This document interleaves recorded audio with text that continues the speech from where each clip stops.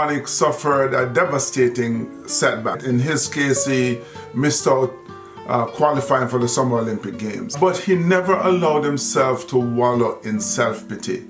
He discovered this thing called bobsledding.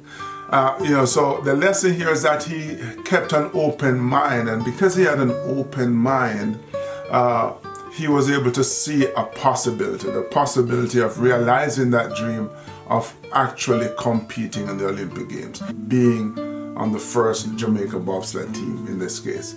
You can have your own first in your life as well, despite the setbacks and the defeats, if you are willing to keep an open mind and not continue to play the victim game. Cool runnings.